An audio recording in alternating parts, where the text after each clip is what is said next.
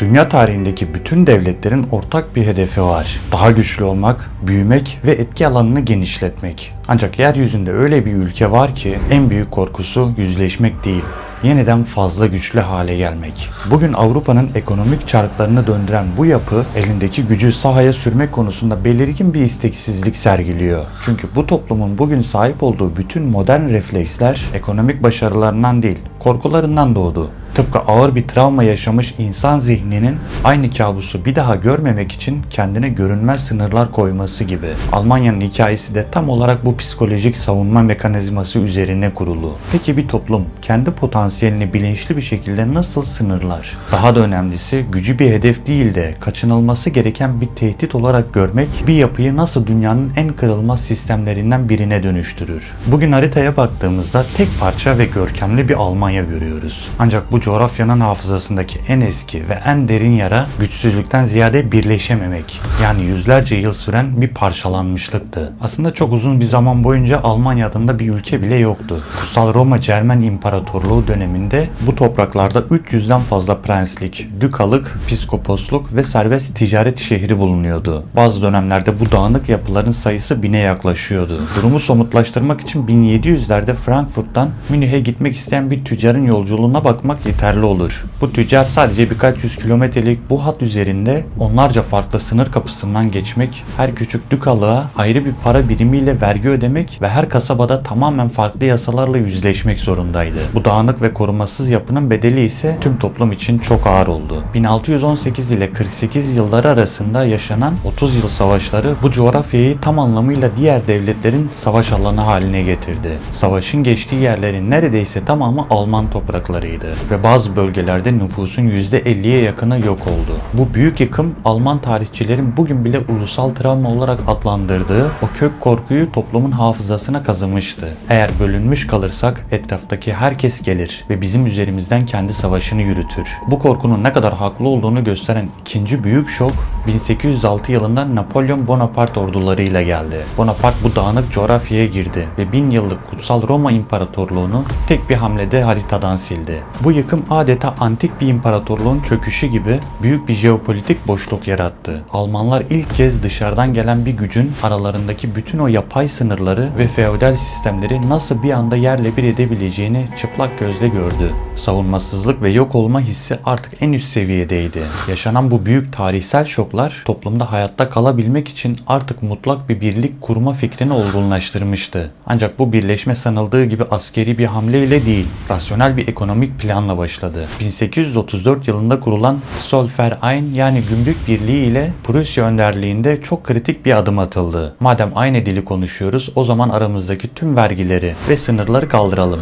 Ticarette tek bir bütün olalım dediler. Böylece Almanya haritada siyasi sınırları çizmeden önce fabrikalarda ve ticarette tek parça haline geldi. İşte tam bu tarihsel birikimin ve korkunun üzerine Otto von Bismarck çıktı. 1815 yılında Prusya'da Junker olarak adlandırılan aristokrat ve toprak sahibi köklü bir ailede dünyaya geldi. Gençlik yılları disiplinsiz bir yaşam tarzıyla geçmişti. Hukuk eğitimi almasına rağmen bürokrasiye hemen uyum sağlayamadı ve bir süre ailesinin topraklarını yönetmekle yetindi. Hayatındaki büyük dönüm noktası ise dindar bir kadınla yaptığı evlilik oldu. Bu evlilikten sonra sakinleşen ve hayatına yeni bir yön veren Bismarck, Prusya bürokrasisine adım attı. Kısa sürede diplomatik yetenekleriyle öne çıkarak Frankfurt, St. Petersburg ve Paris gibi dönemin en kritik başkentlerinde büyükelçilik yapmıştı. Bu diplomatik görevler ona Avrupa siyasetinin zayıf ve güçlü yönlerini bizzat yerinde analiz etme fırsatı sundu. Kazandığı bu derin devlet tecrübesi onu Prusya'nın en güçlü devlet adamı yapacak olan şansölyelik yolunu da açmıştı. Arkasındaki 500 yıllık parçalanmışlık hikayesini, 30 yıl savaşlarının nüfus kıyımını ve Napolyon'un yarattığı o derin kurumsal felaketi analiz eden Bismarck için birliği kurmak sadece siyasi bir hırs değil, mutlak bir ölüm kalım meselesiydi. Tarihe geçen o ünlü sözünde belirttiği gibi dönemin büyük sorunlarının hak iddialarıyla değil, ancak kan ve demirle çözülebileceğine inanıyordu. Dağınık parçaları bu görüşle bir araya getirerek 1871 yılında Alman İmparatorluğunu ilan etti. Yüzyıllardır birikmiş olan olan o hayatta kalma enerjisi ve parçalanma travması nihayet tek bir devlet çatısı altında birleşmişti. Almanya birliğini tamamlayıp tarih sahnesine adım attığında etrafı yüzlerce yıldır dünyayı parsellemiş küresel devlerle çevriliydi. Britanya İmparatorluğu dünya ticaretini ve deniz yollarını tamamen kontrol altına almıştı. Hindistan, Kanada, Avustralya ve Afrika'nın kaynakları doğrudan Londra'ya akıyordu. Fransa sınır ötesinde devasa bir sömürge ağı kurmuş. Etki alanını çoktan sabitlemişti. Almanya ise henüz yeni kurulmuştu. Ne küresel bir ticaret ağı vardı ne de sömürgesi. Oyuna çok geç katılmıştı ve masadaki bütün sandalyeler çoktan kapılmıştı. İşte bu sıkışmışlık 1890'lardan itibaren ülkeyi tamamen farklı bir dış politika çizgisine, yani Weltpolitik evresine taşıdı. Dönemin devlet aklı Almanya'nın pozisyonunu net bir tarihsel sloganla özetledi. Platz an der Sonne, yani güneşte Almanların da bir yeri olmalıydı.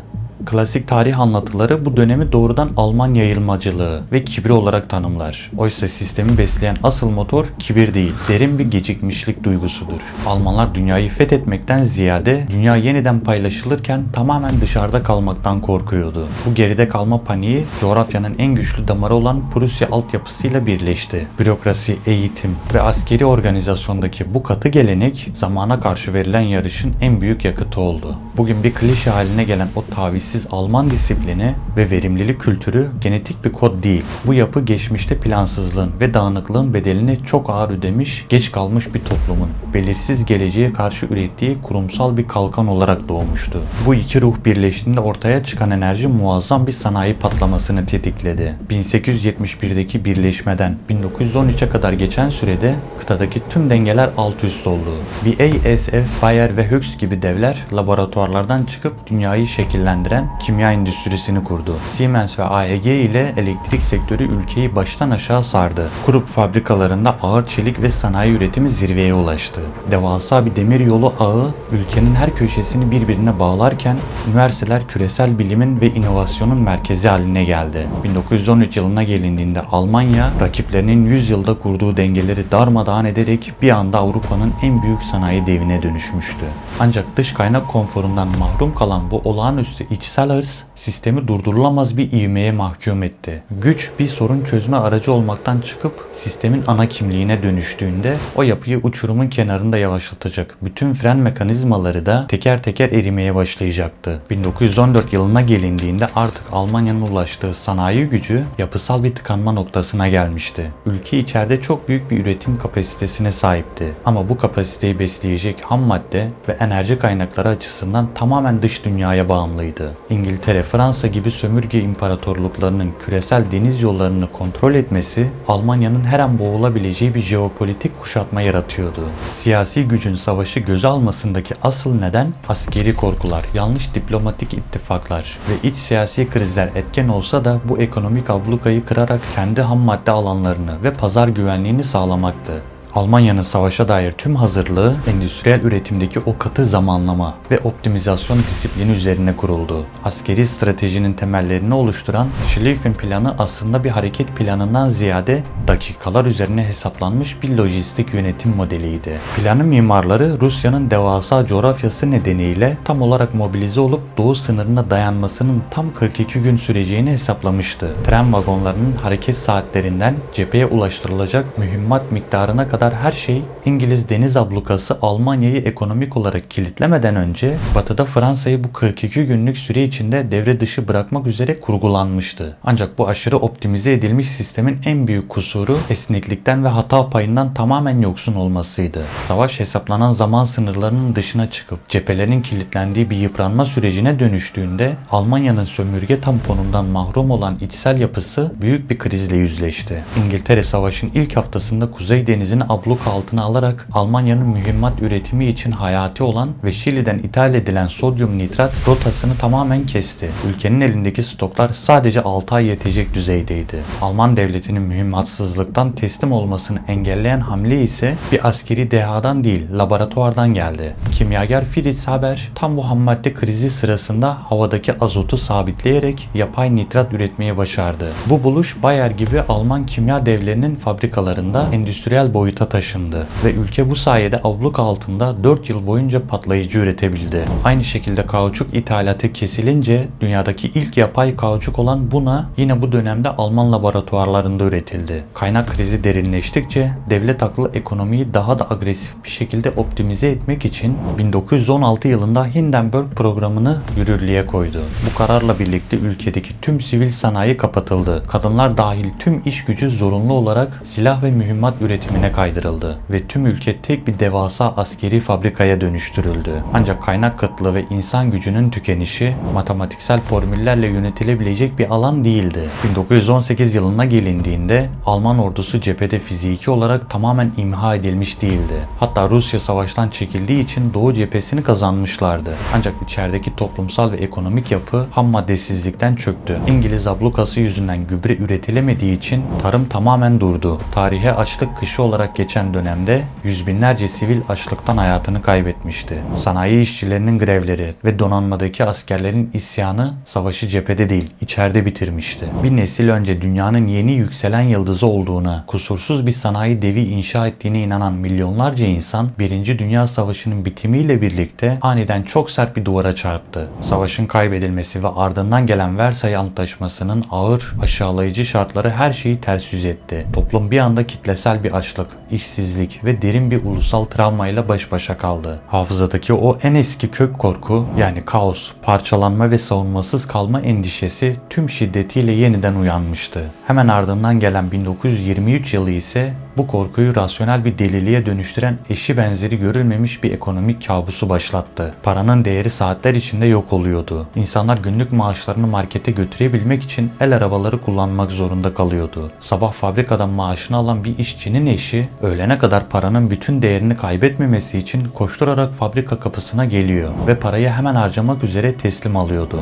Çünkü sabah alınan o devasa nakit destesi öğle yemeğinde ancak bir somun ekmeği yetiyordu. Evlerin duvarları değersiz kağıt paralarla kaplanıyor. Çocuklar sokaklarda çuvallarla taşınan banknotları üst üste dizerek oyuncak kuleler yapıyordu. İşte bu mutlak istikrarsızlık insanların ne pahasına olursa olsun bir düzen vaat eden en radikal, en tehlikeli çözümleri bile razı edecek o çaresiz zemini hazırladı. Kolektif zihin kaosu bitirmek adına kapılarını Nazizm'e açtı. Ancak bu karanlık geçişin en korkunç yanı toplumun sanayi devriminden beri bir daha geri kalmamak için titizlikle geliştirdiği o meşhur bürokrasi, üretim, verimlilik ve emirlere mutlak itaat kültürünün yok olmamasıydı. O kusursuz işleyen makine yerinde duruyordu. Sadece bu kez yıkıcı ve canavarca bir iradenin emrine bağlanmıştı. Almanya'nın bu dönemde asıl problemi toplumun cahil ya da kötü insanlardan oluşması değildi. Asıl trajedi dünyanın en iyi kimyagerlerinin, en hassas mühendislerinin ve en disiplinli bürokratlarının aynı sistem içinde mutlak bir verimlilikle ve hiç sorgulamadan çalışmasıydı. Çünkü kusursuz sistemler iyi insan üretmez. Sadece etkili, amansız ve durdurulamaz sonuçlar üretir. Bilim yıllar sonra laboratuvarlarda yaptığı otorite deneyleriyle bu durumun psikolojik mekanizmasını açıklayacaktı. Bireyler kendilerine devasa, tıkır tıkır işleyen hiyerarşik bir çarkın sadece teknik bir parçası olarak gördüklerinde yaptıkları eylemlerin ahlaki sorumluluğunu tamamen sisteme devrederler. İşte bu yüzden mühendislik, lojistik ve idari akıl insani bir vicdan mekanizmasından koparıldığında insanlık tarihinin en organize, en ölümcül yıkım aygıtına dönüştü. Ve 2. Dünya Savaşı'nın sonunda bu devasa makine arkasında milyonlarca can ve koskoca bir enkaz bırakarak kendi kendini bütünüyle imha etti. Bir sistemi yok eden şey her zaman zayıflık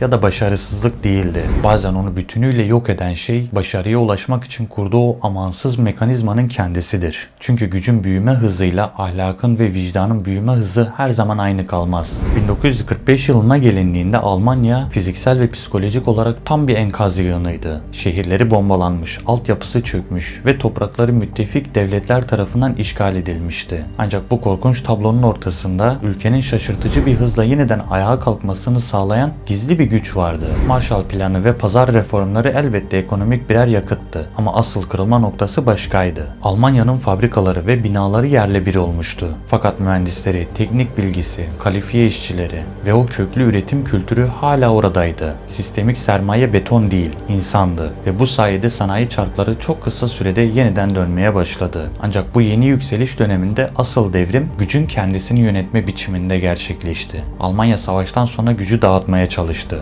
Çünkü sorun gücün varlığı değil, tek bir merkezde ve tek bir elde toplanmasıydı. Bu bilinçli tasarımın somut kanıtları bugün Almanya haritasında net bir şekilde görülür. Dünyadaki birçok büyük devlette tek bir şehir her şeyi hükmederken Almanya'da ülkenin ekonomik sinir sistemi asla tek bir merkezde toplanmamıştır. Berlin siyasi başkenttir. Ancak finans Frankfurt'ta, ağır sanayi ve teknoloji Münih'te, otomotiv devleri Stuttgart'ta, küresel ticaret ise Hamburg'da kümelenmiştir. Bu mantık zamanla sadece devlet mimarisinde kalmadı. Alman toplumunun günlük reflekslerine, yaşam biçimine ve bireysel psikolojisine kadar yayıldı. Bugün Almanya'da insanlar büyük riskler almaya karşı oldukça temkinlidir. Bireysel borçlanma ve kredi kartı kullanım oranları diğer birçok gelişmiş Batı ülkesine göre nakit paraya ve güvenceye dayalı bir ekonomi kültürü baskındır. Sisteme ve kurumlara duyulan güven yüksektir. Çünkü kurallar bireysel özgürlüğü kısıtlayan birer engel olarak değil, kaosu, belirsizliği ve istikrarsızlığı engelleyen bir emniyet kemeri olarak görülür. Bu toplumun kolektif hafızasında sınırsız bir özgürlük arzusundan çok daha önce gelen köklü bir korku vardı. Bu da kontrolün kaybolması. Bu yüzden bugün Almanya'yı ziyaret eden bir turist günlük hayatta ilk bakışta anlam veremediği katı bir düzenle karşılaşır. Demir yollarında trenler birkaç dakika geciktiğinde bu durum ulusal basında bir sistem krizi gibi haber olur. Evsel atıklar yanlış geri dönüşüm kutusuna atıldığında komşular arasında ciddi bir huzursuzluk yaşanır. Devlet dairelerindeki bürokrasi dijital çağa rağmen çoğu zaman yorucu ve aşırı detaycı bir evrak disipliniyle ilerler. Dışarıdan bakıldığında tüm bunlar hayatı zorlaştıran gereksiz takıntılar gibi görünebilir. Ancak bir Almanın gözünde bu kuralların her biri düzeni ayakta tutan hayati bir çarktır. Çünkü onların tarihi küçük bir sistemsizlik ve kaos kıvılcımının büyüdüğünde nasıl bir felakete dönüşebileceğini topluma defalarca ve çok acı yollarla göstermişti. Bugün Almanya Avrupa coğrafyasının hala en büyük ekonomik gücü, Avrupa Birliği'nin fiili yönetim merkezi ve kıtanın en büyük üretim motoru. Ancak tüm bu küresel ağırlığına rağmen Alman devlet aklı kendisini bir süper güç gibi konumlandırmaktan, jeopolitik iddialarla öne çıkmaktan veya askeri bir hegemonya kurmaktan ısrarla kaçınır. Rusya ve Ukrayna arasında yaşanan savaşın ardından küresel dengelerin zorlamasıyla savunma harcamalarını arttırmak ve askeri bütçesini revize etmek zorunda kalmıştı. Ancak bu radikal karar bile büyük bir iştahla değil, kurumsal bir tehdit ve derin bir içsel tartışma sürecinin ardından alınmıştı. Buradaki mesele askeri ya da stratejik bir yetersizlik değildi. Mesele tamamen tarihsel bir psikolojiydi. Almanya'nın tarih boyunca yaşadığı ve dünyaya yaşattığı en büyük felaketler zayıf ya da çaresiz olduğu dönemlerde başlamadı. Aksine kendisini durduramayacak kadar güçlü, organize ve kusursuz hissettiği anlarda başladı. Devlet mekanizması da toplumda elindeki gücün sınırlarını aşmasının ne anlama geldiğini çok iyi bilmekteydi. Bu yüzden Almanya'nın yüzyıllara yayılan bu dönüşüm hikayesi aslında sadece bir ülkenin veya bir coğrafyanın hikayesi değildir. Bu bir insanın, bir şirketin ya da bütün bir modern medeniyetin hikayesidir. İnsan zihni doğası gereği sürekli daha güçlü, daha hızlı, daha optimize ve daha verimli yapılar kurmak için çalışır. Ancak bazen asıl büyüme ve bilgelik bir mekanizmanın ne kadar ileri gidebileceğini hesaplamasında değil, nerede durması ve kendisini nasıl sınırlandırması gerektiğini bilmesinde saklıdır. Almanlar yüzyıllarca parçalanmaktan ve yok olmaktan korktu. Sonra o açığı kapatmak için acele etti. Geride kalmaktan korktu. Bugün ise her şeye sahip oldukları, bu modern dünyada en çok korktukları şey kontrol mekanizmaları sarsıldığında bir gün yeniden kendilerinden korkmak zorunda kalmalarıdır.